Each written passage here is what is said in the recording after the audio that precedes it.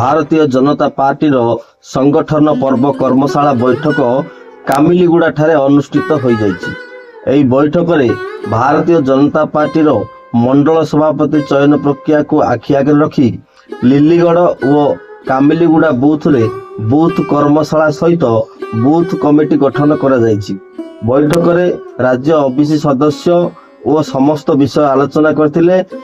ग्राम पंचायत दुईटी जाक बूथ जनसाधारण उपस्थित थिले।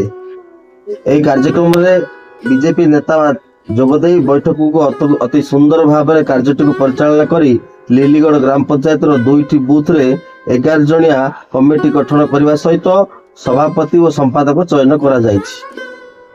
मना पूर्णचंद्र मल्लिक। आज संगठित होवार कारण भारतीय जनता पार्टी संगठन पर्व और बूथ कर्मशाला अनुष्ठित हो जाइए। आम लिलीगढ़ ग्राम पंचायत कामलीगुड़ा बूथ एवं लिलीगढ़ बूथ रे 11 जणिया कमिटी मेंबर्स चयन करा जाइछि, जेथिरे सभापति और सेक्रेटरी चयन करा जाइछि।